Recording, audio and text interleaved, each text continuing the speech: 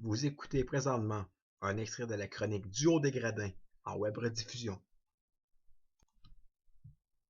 Pour plus de chroniques Duo des Gradins, de communiqués, portraits, comptes rendus, ainsi que pour tout savoir sur vos joueurs de la Ligue d'hockey Midget 3A, Ligue d'hockey junior majeur et de la Ligue nationale favori, visitez sans tarder le blog de Simon Bédard au simonbédard.ca.cx ainsi qu'au facebook.com/Duo des Gradins.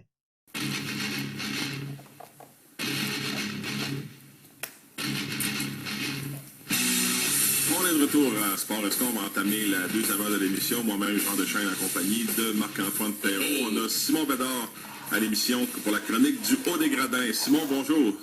Bonjour, messieurs. Simon, ça va bien pour le Canadien. Là, 8 matchs en défaite en temps régulier, malgré qu'on a finalement dompté notre bête noire là, en battant les Islanders jeudi. Ouais, écoute, ça va être un match vraiment facile, Jean. Là, je pense qu'en début de troisième période, le 3 buts quand même le rapide. Oui. Donc, c'était 2-2. Et vraiment, Islanders, c'est un club qui, semaine après semaine, me surprend énormément. Une formation qui sort un petit peu de nulle part, si on veut, mais qui met sur plusieurs bons joueurs d'avenir. Oui. Je pense au Bailey, Molson, Harmonic, Tavares, Oui. ainsi de suite. Donc, c'est vraiment une formation qui pourrait faire les séries éliminatoires pour la première fois depuis 2006, je crois. Le Canadien qui a vraiment trouvé une façon de gagner. Carey Price, qui a été un facteur là, clé, a vraiment fait plusieurs arrêts solides en deuxième période. Et vraiment Price qui s'est signalé de très très belle façon. Donc je pense que c'est en troisième période. Là, très, très grosse performance de Gallagher, Subban. Je pense une très grosse victoire qui va faire du bien parce que perdre 3 matchs là, en ligne contre les Islanders, Oui. ça n'aurait pas été vraiment très très bon pour la confiance des joueurs, je crois. Plus tôt cette semaine, on a affronté les Sabres, une équipe qui, malgré le changement d'entraîneur, là, ça va pas bien pour les Sabres, mais quoi que les Sabres ont trouvé le moyen de l'emporter 3-2 en prolongation. Mauvaise punition de Subban qui a coûté le match. Effectivement, écoute, on regarde les Sabres. Encore une fois, c'est un club qui met sur des excellents joueurs. On pense au Hudson, Pominville, Zanek, Steve Ross qui joue aussi vraiment des excellents matchs face au Montréal.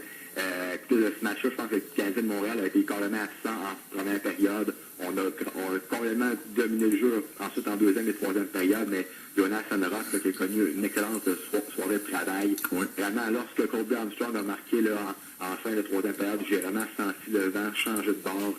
Il y avait une ambiance incroyable au Centre Bell, mais la punition de Peggy Subban qui est arrivée à un mauvais timing, je pense. Je pense que Subban aurait peut-être dû là, penser plus à jouer au hockey plutôt que d'essayer d'aller étamper. Je pense que c'était temps-là Ennis, je crois. En tout cas, ça reste que quand même le Canadien a fait ça encore une fois de caractère, les gars. Encore une fois, on trouve là, une façon d'aller chercher au moins 1 point, 2 points. Et je pense qu'en début de troisième période, il n'y a pas grand monde au Centre Bell qui aurait donné cher de la peau du Canadien quant à leur chance d'aller chercher au moins 1 point, parce que c'est rien vraiment. Mais écoutez, c'est certain qu'on aurait aimé ça aller chercher le point de Bonnie en jeu, ça c'est tout à fait normal. Mais la très bonne nouvelle, c'est qu'on va avoir une chance de se apprendre ce soir. Oui, à nouveau, les Sabres s'amènent au Centre Bell. Les Sabres qui ont remporté leurs 2 derniers matchs en prolongation contre Montréal et Toronto. Je pense que le Canadien, ce soir, là, va débuter le match en force, contrairement à mardi dernier. Le Canadien, contrairement aux autres saisons, c'est une formation qui fait rebondir lorsqu'elle offre une contre-performance. Oui. Et de la manière que l'équipe s'est comportée en troisième période, là, lors du match de jeudi à New York, je pense que c'est quand même de très très bon augure. Je ne sais pas qui de Enroth ou Miller sera envoyé devant le filet ce soir. On sait que Miller n'a pas une très bonne saison. On sait aussi que Miller n'a pas vraiment connu quelques ratés face à Montréal au cours des 2 premières parties. Donc, ça reste à voir, mais je pense que le Canadien de Montréal est une meilleure formation que les Sabres. Parfois qu'ils sont 12e au classement, que le Canadien 2e. Oui. Match important parce qu'on sait que les Pingouins, ça fait 11 ans de suite qu'ils gagnent. Les Bruins ne perdent pas souvent. Ensuite, une très grosse semaine qui s'en vient là, avec à Pittsburgh et à Boston. Et ensuite, un match au Centre Bell face aux Rangers samedi prochain. Donc, c'est un match vraiment à la portée de l'équipe. Et si vraiment le Canadien veut vraiment se donner une chance de peut-être terminer premier ou deuxième dans l'Est. C'est une semaine cruciale pour le Canadien. Les 3 prochains matchs, surtout la semaine prochaine, là, sur la route Pittsburgh-Boston, on va voir ce que le Canadien est capable de performer face à des très bonnes équipes. Si on regarde au niveau des notes d'avant-match, le Canadien a concédé 75 buts contre 99 pour les Sabres. Je pense que la différence entre les 2 équipes est au niveau de la défensive. Effectivement, mais écoutez, je pense aussi que les Sabres mettent sur des excellents joueurs quand on parle là. Oui, Thomas Vanek, entre autres, là, qui a quand même 31 points. Oui, Hudson aussi qui sorti un petit peu de part, vu que ça a été moins vraiment bien pour lui à Vancouver. Oui. 27 points en 31 parties. Pominville, 23 points en 31 rencontres. Donc, c'est un avantage numérique qui peut faire très mal. On sait que Steve Ott dérange beaucoup aussi. On l'a vu, c'est lui qui a même marqué le but, le vainqueur au Centre Bell mardi. Oui, il est sur une bonne séquence. 2 buts, 3 passes, ces 2 derniers matchs. Effectivement, non, je pense que ce soir, il faut vraiment absolument là, stopper les joueurs comme ça. Mais reste que je regarde un peu le classement général dans l'association de l'Est. Reste qu'il y a quand même une certaine parité entre les 5 premières positions. Ça, je trouve ça assez intéressant, même pendant une saison écourtée. Ça, c'est toujours le fun. Ça donne une lutte à n'en plus finir, que ce soit pour le premier rang ou peut-être pour le quatrième rang. On regarde Montréal qui lutte pour le premier rang avec Pittsburgh et Boston. Donc, ça va être intéressant à suivre. Oui, Carey Price va être un gardien important.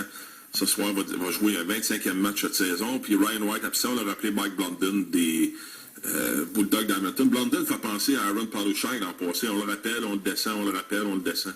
Bon, oui, c'est vrai. Écoutez, mais pour moi, qu'est-ce qui était positif, on voit là-dedans, c'est que Blondin et White ont aussi de jeux similaires. Oui, exact. C'était pas une perte qui pourrait faire une différence, qui pourrait faire mal. On parle de 2 joueurs énergiques là, de 4e trio, mais Blondin, je sais pas s'il doit être tanné ou content. Je pense qu'il doit être content quand même de se faire appeler souvent, mais il n'a pas la chance de jouer beaucoup non plus. Donc, on voit vraiment à quel point le Canadien a beaucoup de profondeur cette année, parce que l'année passée, c'est un joueur qui était devenu un joueur assidu sur le 3e ou 4e trio. Donc, je pense que de ce côté-là, il ne devrait pas avoir ce rôle de changement ce soir. Puis, pour les Estacades, hier, ils jouaient leur premier match de leur série 2 de 3 contre... le collège Charlemagne. Ouais, on a mal débuté le match pour les Estacades 3-0, mais on a l'emporté en prolongation. Donc, dans un 2-3, le premier match est crucial. Oui, effectivement. Donc, ça a été un très galant début de match. Révérend qui menait 3-0 après 20 minutes de jeu, mais par la suite, 3 qui a dominé en troisième période, même en prolongation. Des excellentes chances de marquer. Ouais. 39 lancés sur le gardien de but, Jonathan Arsenault. Donc, écoute, là, pendant la plupart de l'année, l'équipe a fait preuve de caractère à chaque soir, et on a eu encore un très bel exemple hier. Là, l'équipe aurait très bien pu baisser les bras. Vraiment beaucoup là, de caractère et d'ardeur qui ont permis au club de remporter ce match-là. C'est 2-3, les gars, ça va extrêmement vite. Oui. C'est vraiment crucial de remporter le premier match. Et sur les performances individuelles, là, mettons la très bonne soirée de travail de Samuel Montembeau avec 26 arrêts, et des attaquants Donovan Morin-Bouchard et de Samuel Blais avec 2 buts chacun. Et le prochain match de cette série de 2-3, vendredi prochain à 9h30 du côté du Sportium de Sainte-Catherine. Et si un match 3 et ultime est nécessaire, dimanche le 31 mars, là, lors du week-end de Pâques, 14h30 à Trois-Rivières. Donc, je pense que ça va être une très longue série, si on veut, peut-être pas longue, parce que c'est juste un match, ça va être une série qui va aller au maximum de 3, parce que hier, ça a été vraiment un match qui a été chaudement disputé, et ces deux clubs-là qui voulaient absolument la gagner. Là. Oui, les Riverains, c'est une équipe à la portée des Estacades. Je pense que c'est aussi l'équipe qui va remporter cette série-là va être qualifiée pour la Coupe Dodge. On avait participé à la Coupe Dodge chez les Estacades il y a 2 ans. On avait perdu en finale à ce moment-là. La Coupe avait été présentée à Trois-Rivières. Oui, mais écoutez, je pense que peut-être pas non plus crier victoire trop vite. Là. Oui, ils sont peut-être pas terminés très haut au classement. C'est une formation qui a quand même surpris les Phoenix College Festa Blondin en 3 matchs en première ronde, qui a quand même été capable de rivaliser face à la puissante équipe de Laval Montréal en deuxième ronde. On parle d'une défaite en 6 matchs. Oui. Une formation qui travaille extrêmement fort, qui est vraiment physique. Hier, on l'a vu, ça a été un match vraiment robuste. Je pense que c'est une formation qui, son classement n'indique peut-être pas vraiment la force de cette équipe-là. Et vraiment, là, causer 2 grosses surprises comme ça et ensuite jouer tout un match hier, je pense que ça va être vraiment là, une série qui va être très difficile. Mais je pense que ce qui est le temps, c'est que l'équipe a gagné beaucoup de confiance hier en étant capable de combler un retard de 3 buts après 20 minutes de jeu. Et aussi, ça faisait longtemps qu'on n'avait pas joué chez les Estacades aussi. Ça a peut-être paru en première période. Le dernier match remonte presque à 1 mois, 3 semaines en tout cas. Et on a aussi un extrait de l'entraîneur des Estacades, Frédéric Lavoie. On va l'écouter à l'instant. Les 5 premières minutes dans mon livre à moi n'étaient pas si mal, dans le sens que tout ça a été, faisait 2 clubs, ça faisait près d'1 mois qu'ils n'avaient pas joué. Ouais. Fait que ça avait l'air de ça. On a pogné une mauvaise punition qui nous a coûté du momentum puis un but. Puis c'est vrai que le reste de la période n'a pas été à mon goût. Là. Mais tu sais, on a une gang de gars qui ont du caractère, fait qu'on rebondit en 2e, en 3e, puis on est allé chercher la game en overtime. Ouais, mais tu sais, je pense que les gars sont assez orgueilleux pour avoir le goût de donner un match pour rien. Fait que, tu sais, on rebondit puis on joue comme ils sont capables de jouer. Puis quand ils jouent ensemble puis ils travaillent fort, il n'y a pas grand club dans l'équipe qui peuvent nous battre. Exact. En fait, tout le monde a contribué. C'est sûr que C'est sûr que Sam Blais, toute l'année, il nous a scoré des gros buts. Puis Dono, depuis Noël, là, il a scoré des gros goals lui aussi. C'est le fun de le voir performer comme ça. Voilà, c'est l'entraîneur-chef des Estacades, Frédéric Lavoie. Donc, on le rappelle, match numéro 2 vendredi prochain à Ville-Sainte-Catherine. Donc, ça complète pour la chronique du Haut-les-Grenades cette semaine. Simon? Oui, les gars, pardon, en terminant, là, Oui. mentionner qu'hier, j'ai réalisé une entrevue là, d'une dizaine de minutes avec Alex Bureau, jeune gardien de but des Screaming Eagles du Cap-Breton. OK. Intéressant, donc ça va être dossier à suivre sur mon blog au cours des prochaines semaines aussi. Soit la semaine prochaine ou dans 2 semaines, nous allons tracer le bilan ensemble d'Alex Bureau. Très bonne saison quand même, malgré son âge, devant le filet des Screaming Eagles. Je vais même vous faire entendre l'extrait sonore que j'ai réalisé avec lui hier. Là. On va regarder pour la semaine prochaine. Merci beaucoup, Simon. Merci beaucoup, les gars. Merci. Alors, on s'arrête quelques instants avec la chanson Minable d'Annick Jean. Et au retour, nous allons voir l'entraîneur-chef des Cataractes